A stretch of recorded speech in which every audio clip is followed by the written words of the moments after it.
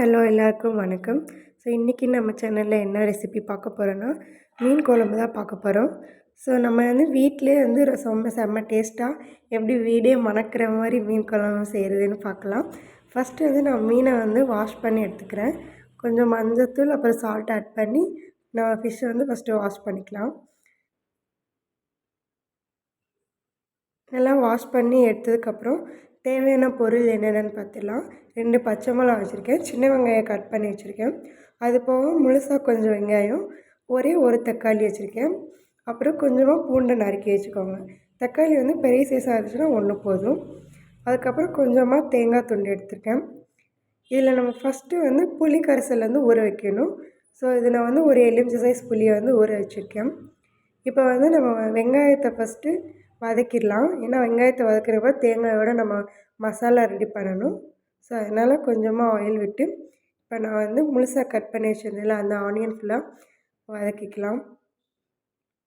நல்லா golden brown வர வரைக்கும் இதை நல்லா வதக்கிக்கணும். ஸோ பாருங்கள், இந்த மாதிரி வர வரைக்கும் நல்லா வதக்கிக்கணும். அது கூட கொஞ்சமாக நான் வந்து சீரகம் ஆட் பண்ணியிருக்கேன். அதுக்கப்புறம் கொஞ்சம் மிளகு ஆட் பண்ணியிருக்கேன். ஸோ இப்போ இதை நல்லா வந்து நம்ம வதக்கலாம். மிளகு சீரகம் லாஸ்ட்டாக தான் ஆட் பண்ணணும்.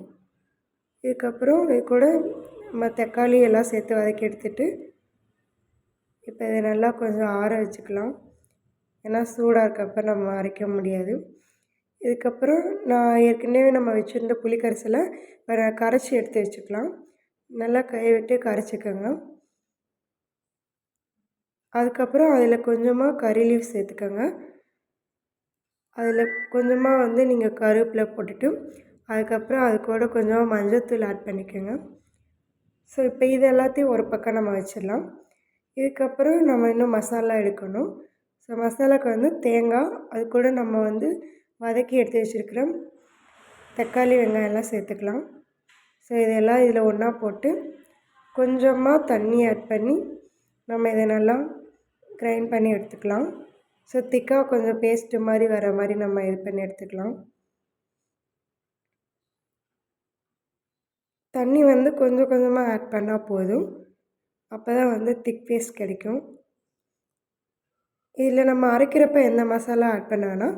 அரைச்சி அதை ஒரு பவுலுக்கு ட்ரான்ஸ்ஃபர் பண்ணிவிட்டு அதில் நம்ம மசாலா ஆட் பண்ணிக்கலாம். ஸோ இப்போ பார்த்திங்கன்னா நல்லா கிரைண்ட் பண்ணியாச்சு. இது மாதிரி ஒரு பவுலில் ட்ரான்ஸ்ஃபர் பண்ணிவிட்டு அதில் கொஞ்சம் அப்படியே தண்ணி ஊற்றிக்கோங்க. ஸோ இப்போ இதில் நான் வந்து கொஞ்சமாக மல்லித்தூள் போடுறேன், 1 ஸ்பூன். அது கூட 1 ஸ்பூன் சில்லி பவுடர் போட்டுக்கோங்க. இதுக்கப்புறம் நம்ம வீட்லேயே அரைச்சி வச்சுருக்கிற குழம்பு மிளகாய்த்தூள் வந்து 2 ஸ்பூன் இல்லை 3 ஸ்பூன் உங்கள் காரத்துக்கு ஏற்ற மாதிரி நீங்கள் ஆட் பண்ணிக்கோங்க. ஸோ இப்போ நான் இது எல்லாத்தையும் மிக்ஸ் பண்ணி விட்டுறேன். ஸோ எல்லாத்தையும் நல்லா மிக்ஸ் பண்ணி நம்ம இதையும் ஒரு சைடு எடுத்து வச்சுக்கலாம். நீங்கள் வீட்டில் அரைச்ச மிளகாய்த்தூள் போடலாம், இல்லைனா கடையில் வாங்கின குழம்பு மிளகாய்த்தூள் கூட போட்டுக்கலாம். ஸோ இப்போ நம்ம வந்து ஸ்டார்ட் பண்ணிடலாம். ஃபஸ்ட்டு பேன் வச்சுட்டு அதில் வந்து ஆயில் போட்டுக்கிறேன்.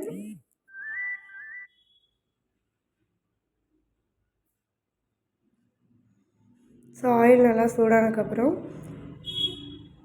கடுகு போட்டுக்கோங்க. கடுகெல்லாம் நல்லா பொரிஞ்சு வரட்டும். நல்லா பொரிஞ்சு வந்ததுக்கப்புறம் வெந்தயம் சேர்த்துக்கலாம். ஸோ பார்த்திங்கன்னா நல்லா பொரிஞ்சு வந்திருக்கு. ஸோ இதில் கொஞ்சமாக வந்து நான் வெந்தயம் சேர்த்துக்கிறேன்.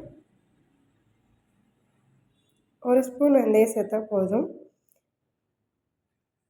இதுக்கப்புறம் இதில் நம்ம கட் பண்ணி வச்சுருக்க பூண்டு, வெங்காயம், பச்சை மிளகாய் இது எல்லாத்தையும் போட்டு கொஞ்சம் வதக்கி விடலாம். ஸோ இதெல்லாம் வதங்குற வரைக்கும் நம்ம வந்து நல்லா வதக்கி விட்டுடலாம்.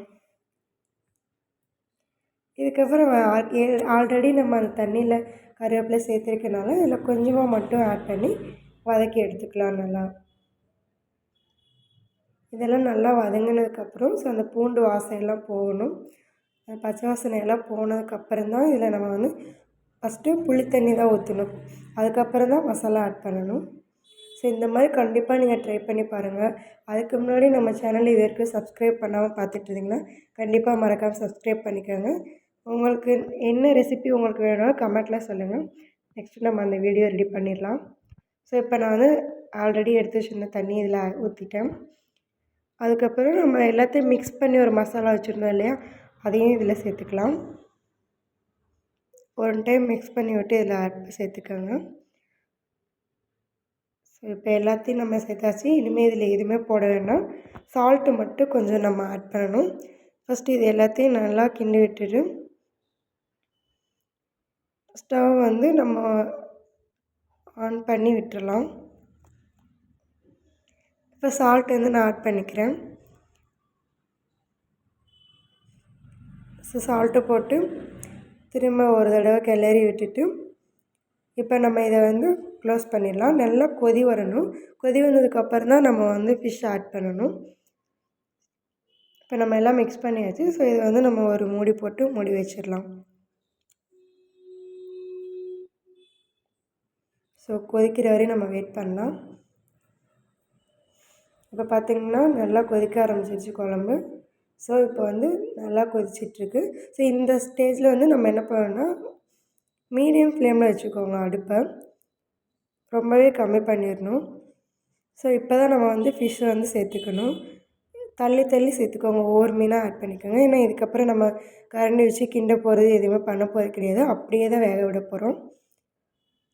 ஸோ இப்போ நான் இதில் ஒவ்வொரு ஃபிஷ்ஷாக சேர்த்துக்கிட்டேன்.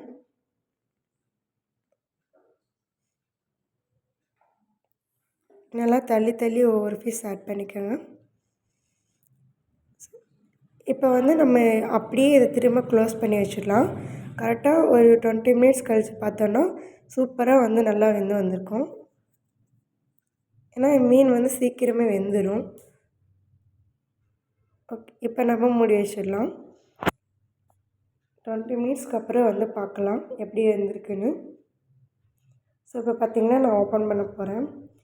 பார்த்திங்கன்னா நல்லா வெந்துருச்சு. மீனெல்லாம் சூப்பராக வந்திருக்கு.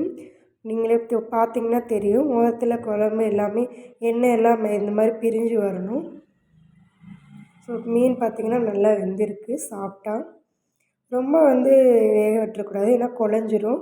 அப்புறம் நம்ம சாப்பிட்றப்ப முள்ளெல்லாம் வந்து அதில் இருக்கும். ஸோ நான் வாங்கியிருக்க மீனில் பார்த்திங்கன்னா இப்போ இதில் வந்து முள் அவ்வளோவா இல்லை. இதில் வந்து ஒரே ஒரு முள் தான் இருக்கும். நாங்கள் கேட்டு தான் வாங்கினோம். ஸோ ஃபைனலி கொஞ்சமாக கொத்தமல்லி தூவி நீங்கள் சர்வ் பண்ண ஸ்டார்ட் பண்ணிடலாம். ஃபைனலி ரெடி ஆயிடுச்சு. கண்டிப்பாக இதை ட்ரை பண்ணி பாருங்கள். சூப்பராக செம்ம டேஸ்ட்டாக இருக்கும். வீடு ஃபுல்லாக மணக்கிற மாதிரி ஒரு மீன் குழம்பு. நீங்கள் இதை கண்டிப்பாக ட்ரை பண்ணி பாருங்கள். ட்ரை பண்ணி பார்த்துட்டு எப்படி இருக்குன்னு கண்டிப்பாக மறக்காமல் கமெண்ட்டில் சொல்லுங்கள். சப்ஸ்கிரைப் பண்ண மறக்காதீங்க. தேங்க்யூ.